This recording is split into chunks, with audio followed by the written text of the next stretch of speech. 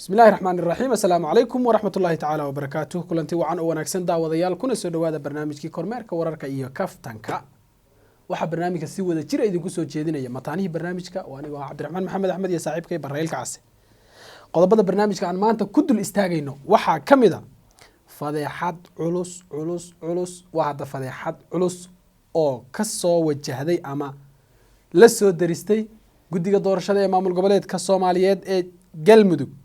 odawaa oo u kala xiiray yidina anigu ma rabo barasaabnimo in la isoo magacaabe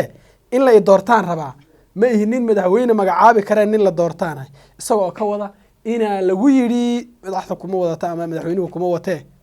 armaaniyo qulul u dhacda codadka naga la dhacda okay wuxuu yiri waa daawanaysaan waanu idin reebaynaa muuqaalka sidoo ulaha uma dhihi karo anigu waan aad u carab toosan Cabdiraxmaan Xaashi عبد حاشي عبد هذا مغشون اسك عبد الرحمن موقت عبد حاشي oo u sheegay dawladda federaalka ah baaq adag oo ah inay dhisto garsoorkii kala hagi lahaa ummadda dawlad goboleedyada iyo dawladda federaalka ku amray oo yacni baaqa u diray degdeg inay xal uga gaadho xaaladaha taagan ee dawlad goboleedyada iyo wixii la halmaala okay inta markan Cabdi Xaashi kaga gudubno madaxweyne farmaajo maanta uu hadlay kal fadhigii lixaad ee baarlamaanka ka hadlay isagana saasan cagta u marin doonaa dani oo diiday muxuu diiday baaq dawladda uga yimid okay iyo dalab iyo wax iyo codsi saa isula socda iyo lacag si dhaaf 18 milyan oo dollar oo la lunsaday 18 waa hada 8 waa sidan oo laba laga jaray 18 milyan oo la lunsaday yaa lunsaday cidii lunsaday ilka casaan uga fadhina aan soo bilaabo fadeexada maxay tahay Cabdiraxmaan aad ma santahay waa barnaamijkii kormeerka wararka iyo kaftanka aan hore u gudo galno si aan waqtiga u ilaalino daawadayaal badan baa ina sugayeen xalay waxaan ogeyn in dawladda Soomaaliya gaar ahaan wasaaradda arrimaha gudaha federaalka dib u heshiisiinta ay magacawday guddi farsamo oo doorashada Galmudug saa u wada haye Galmudugna waa ogeyn mudooyinkan inay karkaris صح تانية بشي وخير نحن يقول لك قدر بلا حتى ما هين أفرتن يشن بري هاي شني توم محاد العجا محاد ذال محاد إذ محاد عيدا وحبا ما كوب حي يا جود فرسما حال لما قعابه ودور شذا حافوا وكهض واسودوي لكن ورا هذا نسوق جاري وحشجية إن فضحت علص أي سوى جود يسوي جهده كو فضحت محيط هاي موي ضد بدان دي معناها هذا أنا وكلام مركب وأنا سكفهمه مركب ما حزر كي فلحد وحالي قدقة واسد حيتوان حنود قدقة وحكوجر الرجل الطليال صراحة أو دولة الصومالية كوجر مدحوينها الطلية وامية هذه هي تاسوح الموجودة سامركا إن دولة دا أي ربطه إن شخص إذا يدون يسو وصاب إنه قلب ذوك صباح هي وقرقار هي ما قار تجرين هي marka ragga ugu muhiimsan waliba gudiga 13 xubnood ah waa rag dawladda federaalka Soomaaliya waliba meelo sarsare kaga jira leeyahay saraakiil aad iyo aad taasi oo waxa weeye weewil ku abuuraysa ragga la tatamaya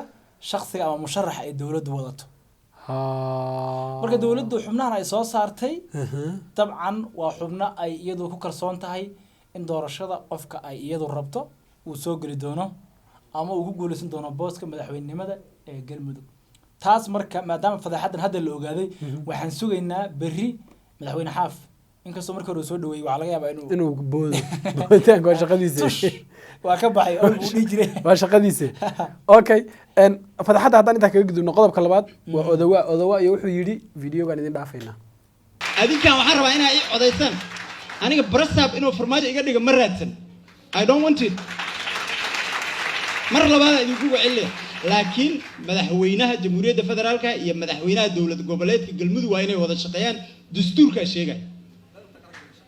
danta qarankan aan ka wada shaqeynayna marka waxaan rabaa mararka qaar waxaan arkaa dad aad u badan oo saaxiibadey oo cabsanayo leh wallahi dawladda kuma rabto so what do I care maanaaba kala jecel dawladda waxa laga rabaa iyo annaga inay dawladda aan wada shaqeynaan la ka rabaa dastuurka qeexaya taas haddii dawladda musharax wadato adinka la rabaa inay idin keento idinka dhaadhayso oo idin sheego waxa uu ku mudan yahay inuu madaxweyne galmudug noqdo caawa dhan maxaa meeshaan u taagan oo idin barya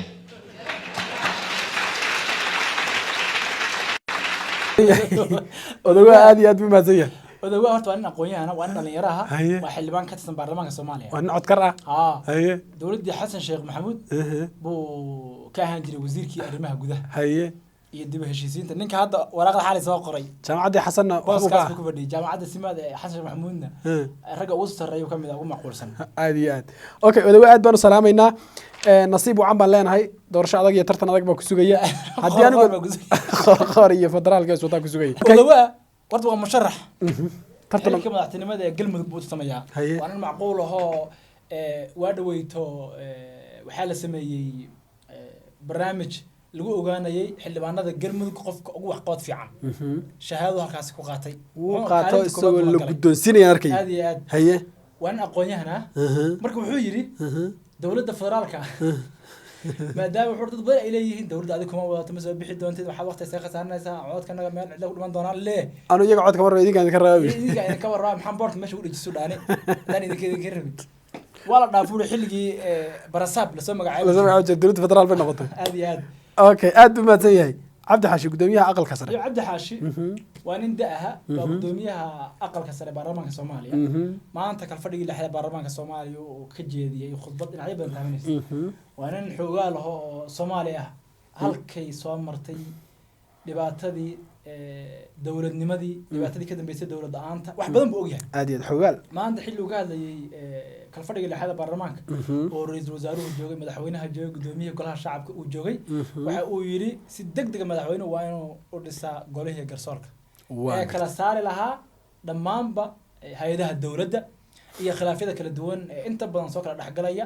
maamul goboleedyada iyo dawladda federaalka sidoo kale waxa uu iyo dhammaanba madaxda Soomaalida oo uu ugu baaqay in khilaafyada jira hadda wada hadal ku dhameeyo marka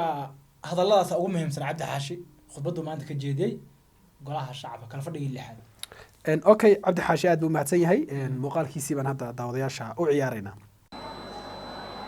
inaan baaq u diro xukuumadda federaalka Soomaaliya iyo dawladaha xubnaha ka dawladda federaalka kow waxaan ugu baaqayaa xukuumadda federaalka inay si degdeg ah u dhisto golaha adeega garsoorka oo saldhigu u noqonaya helitaanka garsoor madax bannaan si ay u dhisanto maxkamadda dastuuriga ee iyadu u xil saaran go'aanka gaarista khilaafka dastuuriga ee laba heer dawladeed ee dalka iyo hay'adaha kale ee dawladdaba laba goluhu wuxuu ku boorinayaa labada heer dawladeed ee dalka inay si degdeg ah u bilaabaan wada hadal lagu dhammaystirayo khilaafaadka u dhaxeeya labada heer dawladeed ee dalka si looga baxo dhibaatada iyo dib u dhaca aynu ku jirno loona tudho ummadda Soomaaliyeed golaha aqalka sare wuxuu u diyaar yahay inuu gacan ka geysto soo afjaridda khilaafkaas haddaan intaa kaga soo noqono gudoomiyaha aqalka sare ee baarlamaanka golaha shacabka ee baarlamaanka federaalka Soomaaliya ilaahay xafido talooyin fiican uu bixiyay farmaajada ilaahay kii qaata Allah ka dhigo bal farmaajo soo dagaalkiisa madaxweyne farmaajo nin maanta arbacada maxaa la sugay dawladda leh maalinta arbacada miya madaxweyne farmaajo arbaca la doortay kow ra'iisul wasaare arbaca la magacaabay laba waxyaalo badan xasuusi waxyaalo badan arbacada dhacay ee dawladda soo jirtay qalbi dhagax ma arbaca la dhiibay ma xasuusto laakiin waxyaalo badan qarxiso ma arbaca dhacay waxyaalo ma qor waxa dawladda ma riire waxyaalo badan waxa jiray arbacada dhacay marka dawladda arbacada la dhahaa dad baa waxay dhahaan faalka arbacada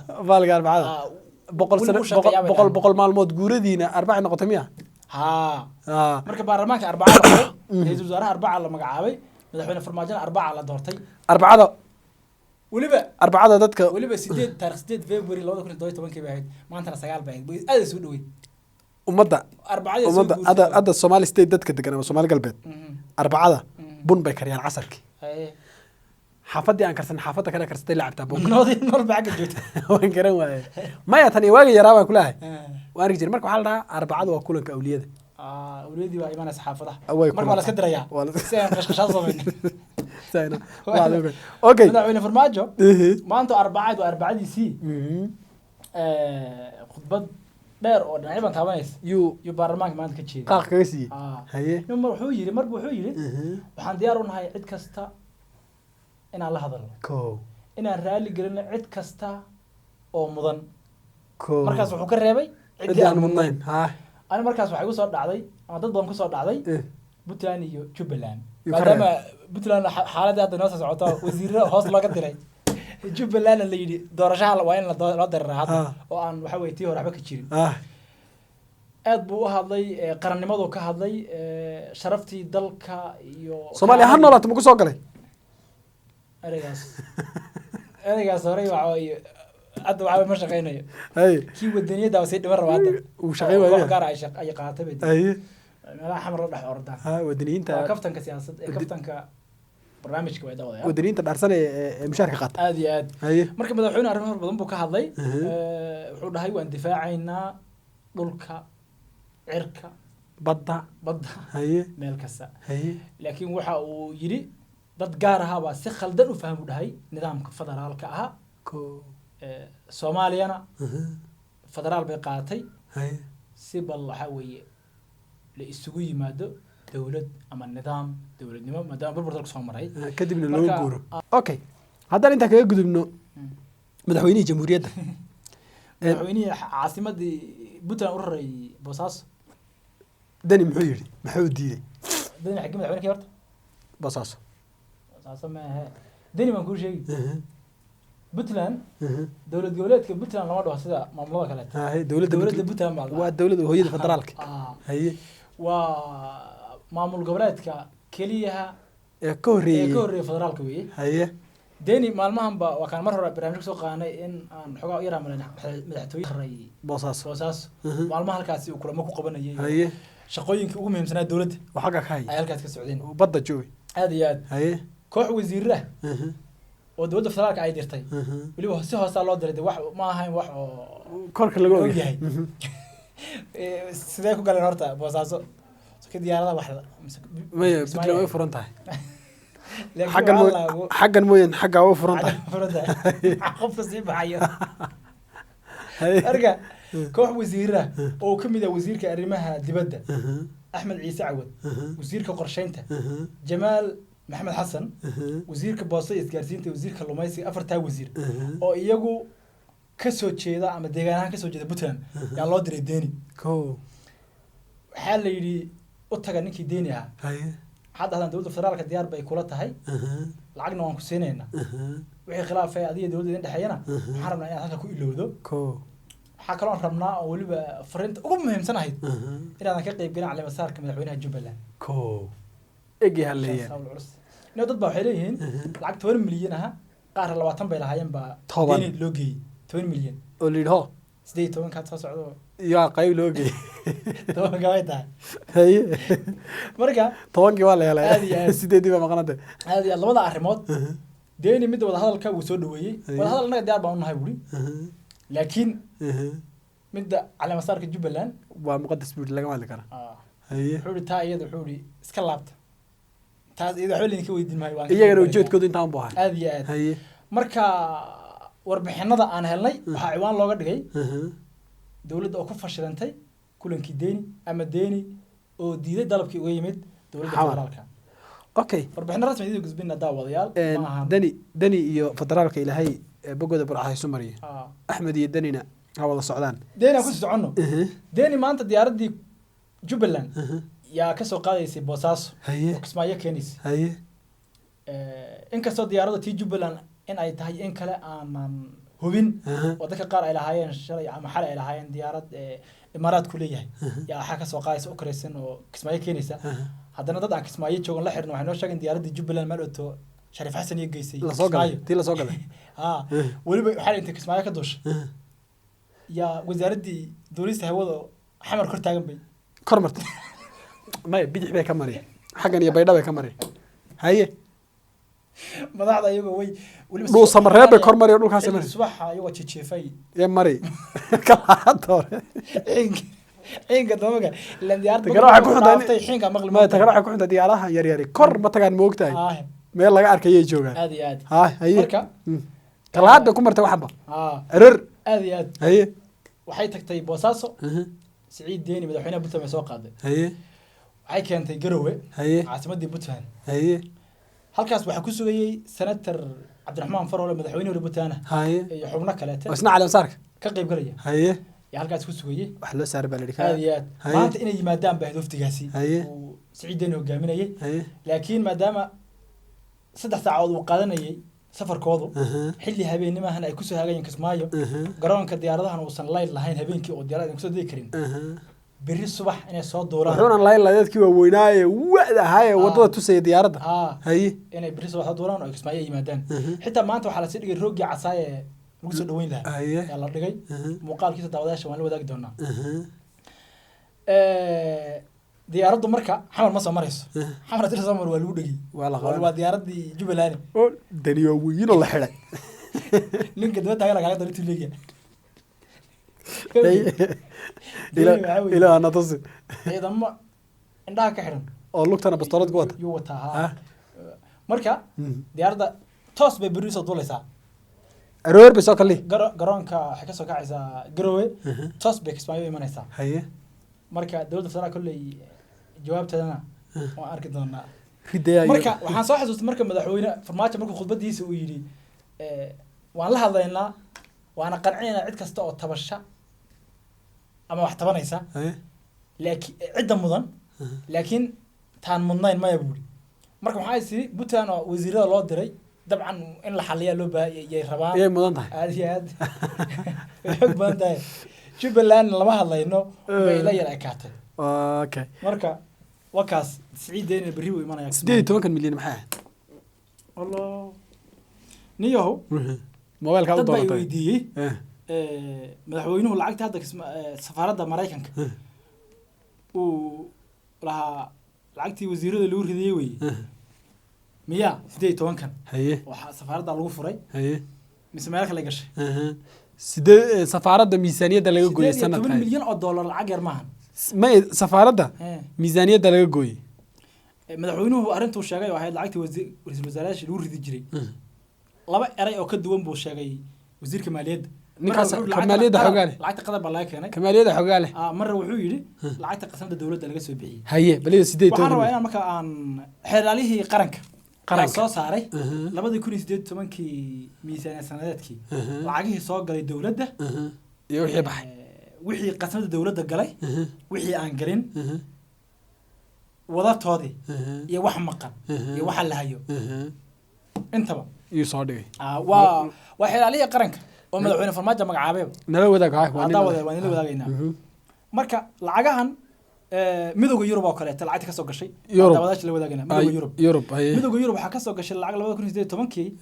17 milyan 4816 dollar haye ba midowga Yurub ka soo gashay dawladda Soomaaliya haye lacagtaasi waxa qasnada dawladda gashay 13,266,667 yaa ka gashay qasnada dawladda waxaan qasnada dawladda galin 4 milyan iyo waxba oo meel ay gashay leeyahay 3 milyan 3,738,149 dollar haye ba waliba jaan iyo cidhi meel dhigtay lahaynin waa 4 milyan oo dhidho midda labaad boqortooyada Sacuudi Carabiga lacagta ka soo xarootay way lacagta boqortooyada Sacuudi Carabiga ka soo xarootay waa 20 milyan haye 20 kaasi milyan qasnada dawladda waxa galay baa la yiri 6 milyan 7,868 dollar 13 milyan oo maqanta 13 milyan 929,132 dollar way maqanta meel jaan iyo cidhib ay dhigtay lama haya daawada waana xaqiiqo hanti dhowraha qaranka soo saaray haye maahan ciyaar haye UNOPS waa United Nations Office for project service balla qaramada midoobay lacagtan ku deeqda qandaraasyada waxyaabaha ciidamada loogu talagalay gaar ahaan booliska qaramada midoobay marka lacagtaasi waxa soo gashay wali dawladda 1,254,743 dollar haye waxaa qasanta dowladda lacagtaasi galay baa la yidhi 535,292 doolar baa qasanta dowladda gashay. imsaa gara martay waxaa gara martay 719,451 doolar. wagar isku waxaan dar mar daawadayaasha aan la wadaagno wadarta guud ee lacagta soo xarootay aan dhihin lacagta laakiin dowladda soo gaadhay ee ay ku deeqeen boqortooyada Sacuudi Carabiya, midowga Yurub iyo UNOPS waxaa weeye 38,259,559 doolar wey ma yare wadarta Haye. ama guud ahaan lacagta. haye inta maqan macan wadarteeda marka een qasanta dowladda galin 19 inta gashay inta gashay Aha. 19,822,827 doolar baa qasanta dowladda gashay. inta gara martay wadarta ama guud ahaan lacagta qasanta dowladda daba martay ee meel gashay ilaa hadda leeyahay aha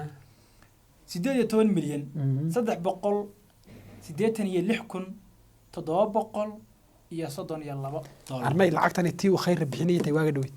baar dheerasiini taas 300 bayad waan soo xasuustay maalwad warbixin waxaa la qoray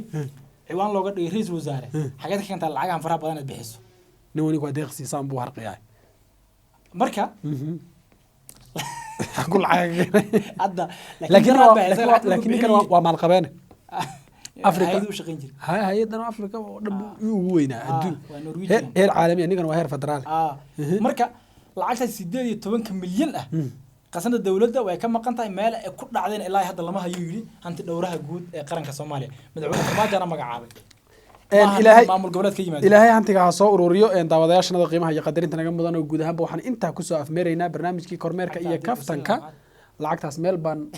waxbaan Said baan ku dhisi lahay madam Said ku dhisi